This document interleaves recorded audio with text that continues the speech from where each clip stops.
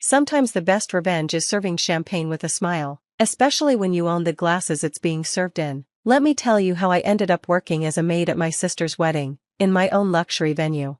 I'm Rachel Morgan, 35, and this is the story of how my sister's attempt to humiliate me at her wedding backfired in the most spectacular way possible. Growing up, my sister Victoria was always the princess of the family, 2 years younger than me. She somehow managed to be the center of attention in every situation. While I was the practical one who worked summer jobs and saved money, Victoria was busy planning her dream wedding, at age 12.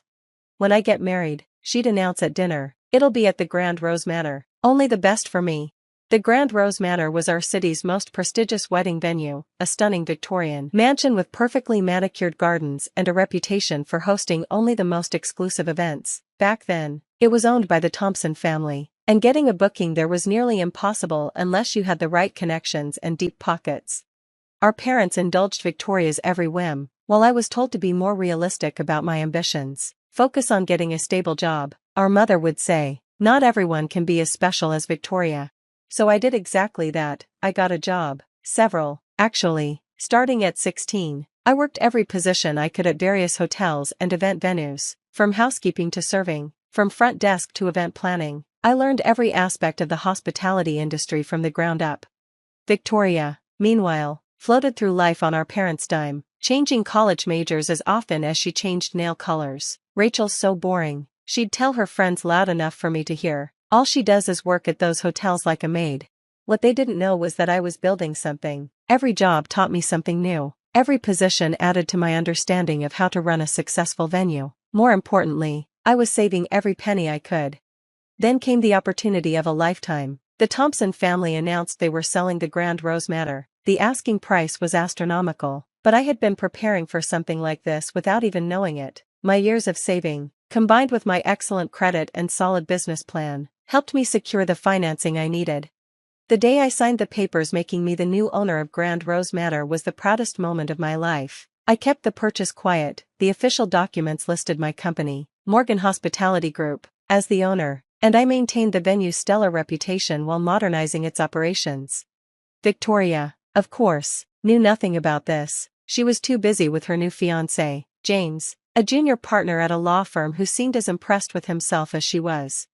Then came the day she announced her engagement at a family dinner.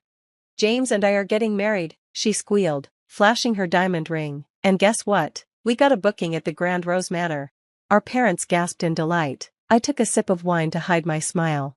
"How did you manage that?" our mother asked. "It's nearly impossible to get a date there."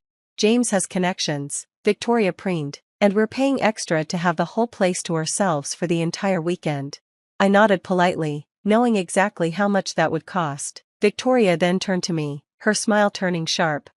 "Of course, Rachel, you'll be invited." She paused for effect. "If you agree to help out with the staff, it seems fitting, given your experience." Our parents shifted uncomfortably but said nothing. They never did when Victoria was being cruel. "You can only attend if you help the staff," she sneered. "It's perfect, really. You already know how to serve drinks and clean up after real guests." I could have revealed everything right then, but sometimes, the longer path is more satisfying. "Of course," I said mildly, "I'd be happy to help." Victoria looked almost disappointed by my easy acquiescence. She'd clearly been hoping for tears or protests. The months leading up to the wedding were a master class in bridezilla behavior. Victoria made countless demands for changes to the venue, each one more extravagant than the last. She never dealt directly with management, sending everything through her wedding planner, who in turn worked with the venue's manager, who reported directly to me. Mrs. Morgan, my manager, Michael, would call, barely containing his amusement. "Your sister is now demanding we repaint the grand ballroom in ballet slipper pink to match her bridesmaids' dresses. Tell her it's a historical building and we can't alter the original features," I'd reply, enjoying the irony. The day of the wedding arrived, and I showed up early, dressed in the staff uniform as requested. Victoria was already in full meltdown mode. "The flowers are the wrong shade of pink," she screamed at her wedding planner, "and the champagne isn't the expensive brand I demanded." I knew for a fact that both the flowers and champagne were exactly what she'd ordered. I'd checked the invoices myself. "The staff here is incompetent," she raged, then spotted me. "Oh good, at least you're where you belong, with the help."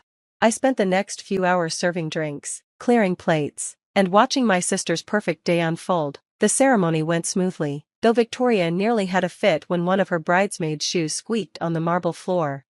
During the reception, I moved efficiently through the crowd with trays of champagne, accepting tips from guests who had no idea I owned the building they were standing in. Victoria made a point of being especially demanding whenever I was nearby.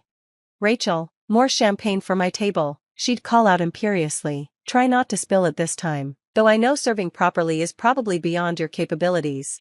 As midnight approached, Victoria was holding court at the main table, loudly telling her friends how sad it was that her sister never amounted to anything more than a server.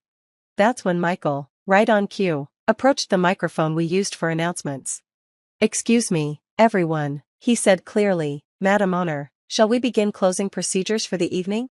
The room fell silent. Victoria looked around, probably wondering which of her wealthy guests was the owner. Michael walked directly to me. "Mrs. Morgan, your call on closing time." I handed my serving tray to a nearby staff member and straightened my uniform jacket. "Yes, Michael, let's begin wrapping up." The bride dropped her glass. The sound of shattering crystal was followed by complete silence. Victoria's face had gone from confused to horrified as realization dawned. What is this?" she stammered. "Oh," I said casually, "did I forget to mention? I own the Grand Rose Manor, have for about 3 years now. Thanks for choosing us for your special day. Your final payment cleared beautifully, by the way." James, who had been reaching for his champagne, knocked over his glass. Our parents sat frozen, mouths agape. "This is impossible," Victoria whispered. "You're a maid." "Actually, I'm a successful business owner who chose to honor her sister's peculiar request to work as staff at her wedding, in my own venue, which you paid quite a premium to book exclusively." The silence was broken by someone in the back of the room starting to laugh. Soon, others joined in, and Victoria's face turned as pink as her bridesmaids' dresses. You planned this," she accused, standing up so quickly her chair fell backward. "You deliberately humiliated me at my own wedding." "No, Victoria," I said calmly, "you did that all on your own. I simply provided excellent service, as we always do at the Grand Rose Manor." Our mother found her voice first. "Rachel, why didn't you tell us? Would you have believed me?" I asked. "You've spent years agreeing with Victoria that I was nothing more than a maid. When I tried to tell you about my business plans, you told me to be more realistic." Our father, looking years older suddenly, slumped in his chair. "We were wrong." Victoria wasn't ready to concede. "This is my wedding. You can't just—" "Can't what?" I interrupted. "Provide the exact services you requested? Fulfill every demand you made? Work as staff because you insisted it was the only way I could attend my own sister's wedding?" The wedding planner, who had been watching everything unfold with wide eyes, chose that moment to approach Victoria. "Mrs. Peterson, should we proceed with the late-night snack service as planned?" Victoria stood there, mouth opening and closing like a fish out of water. Her new husband, James, had the good sense to look embarrassed by the whole situation. "Yes," I answered for her. "Please proceed with all services as contracted. This is still my sister's wedding, and the Grand Rose Manor always delivers excellence." The next hour was deliciously awkward. Victoria sat at her table, barely touching her food, while guests whispered and pointed. Some even came up to congratulate me, not on being part of the wedding, but on owning such a prestigious venue. "I always wondered who bought this place," one of James's law partners said enthusiastically. "The improvements you've made while maintaining its historic character are brilliant." Victoria looked like she was sucking on a lemon every time someone praised the venue, which, as I knew from experience, happened constantly. The Grand Rose Manor was, after all, the most sought-after wedding venue in the city. As the evening wound down, I found myself face to face with our parents. My mother's eyes were red from crying, and my father couldn't quite meet my gaze. "All those years," my mother said softly, "when you were working those jobs, you were learning the business?" I nodded. Every position taught me something valuable. While Victoria was planning her dream wedding, I was planning my dream business. "And we never saw it," my father added. "We were so focused on Victoria." I finished for him. "I know, you always were." Victoria and James left shortly after, their grand exit somewhat diminished by the evening's revelations. She didn't say goodbye, but James made a point of shaking my hand. "I had no idea," he said quietly. "For what it's worth, I'm impressed, and a little ashamed." "Don't be," I replied. "Just maybe remind my sister that kindness costs nothing." but cruelty can be very expensive. He nodded, understanding the subtle reference to the premium rates they'd paid for their wedding package. After the last guest left, I found myself in the grand ballroom with Michael and the rest of my staff. They'd all played their parts perfectly, maintaining professionalism while knowing exactly who I was. "Mrs. Morgan," Michael said with a grin, "that was the most entertaining wedding we've hosted yet." I looked around at the venue I'd worked so hard to own, at the staff who had helped me maintain my cover, and at the excellence we delivered even to those who'd tried to diminish us. "Well," I said, "we do pride ourselves on providing memorable experiences." The aftermath of the wedding was interesting, to say the least. Victoria didn't speak to me for months, which was actually quite peaceful. Our parents, on the other hand, suddenly wanted to know everything about my business. "But how did you manage to buy it?" my mother asked over coffee one day. I explained about the years of saving, the business plan, the loans, and the investors who believed in my vision. Her eyes widened with each detail.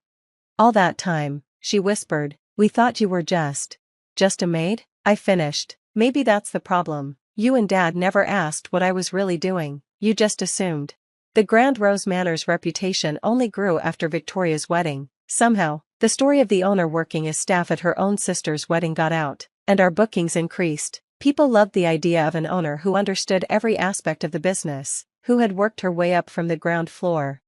Victoria eventually broke her silence, though not in the way anyone expected. She showed up at my office 6 months after the wedding, looking uncomfortable. "I need a job," she said without preamble. I raised an eyebrow. "Excuse me?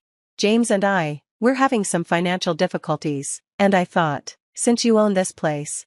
"You thought what?" I asked. "That after treating me like a servant at your wedding, you could just walk in and demand a management position?" She had the grace to look embarrassed. "I know I was awful. I've always been awful to you, but I'm asking for a chance to learn, like you did." I considered her request carefully. "You know, any position we have available would be entry-level, right? Probably starting in housekeeping or service?" "Like a maid?" she asked, and for the first time, there was no sneer in her voice. "Yes," I confirmed, "like a maid, the same position I started in, learning every aspect of this business from the ground up." Victoria took a deep breath. "Okay, I'll do it."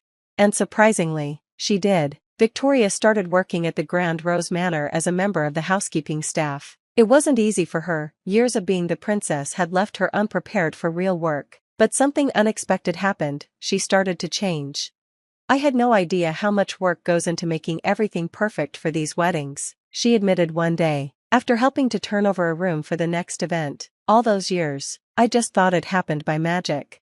Watching my sister learn the value of hard work was surprisingly satisfying. She struggled at first, and used to being on her feet all day, and used to taking orders instead of giving them, but she persevered. Our parents were shocked when they found out Victoria was working as housekeeping staff. "But surely Rachel could give you a better position," our mother protested. "No," Victoria surprised us all by saying, "I need to earn it," like she did. Over the next year, Victoria worked her way through various positions at the manor. She learned every aspect of the business, just as I had. More importantly, she learned humility. The true test came when she had to work another wedding where the bride was just as demanding as she had been. I watched from my office as Victoria handled the situation with grace and professionalism. "The flowers aren't exactly what I ordered," the bride was complaining. "I understand," Victoria said calmly. "Let me check the order details and see how we can make this perfect for you." Later, I overheard her telling a new staff member, "I used to be that bride. Trust me, the best response is kindness and professionalism." 2 years after her own wedding, Victoria had worked her way up to event coordinator. She earned every promotion through hard work and dedication, not through our relationship. The staff, who initially were wary of her given our history, came to respect her. One evening, after a particularly successful event, Victoria came to my office. "Thank you," she said simply. "For what?" "For letting me be awful to you at my wedding, for letting me work here when I didn't deserve it, for teaching me what real success looks like." I smiled. "You know, the Grand Rose Manor has always been about making dreams come true, even if sometimes those dreams look different than we expected." Victoria laughed. "My dream used to be having the perfect wedding here. Now my dream is helping other brides have their perfect day, without being a bridezilla like I was." The Grand Rose Manor continues to be the city's premier wedding venue. Victoria and I work together now, each bringing our own strengths to the business. She understands the brides in a way I never did, having been one herself, while I handle the business side of things. Our parents often visit, marveling at how their daughters turned out. "We never imagined you two would end up working together," our mother said recently. "Sometimes," I replied, "the best partnerships come from unexpected places. And sometimes, the best revenge isn't revenge at all. Sometimes it's showing people their own reflection until they decide to change the image they see." As for me, I still occasionally put on a uniform and help serve at events, not because anyone makes me, but because I never want to forget where I started and how far I've come. After all, there's no shame in being a maid when you own the manor.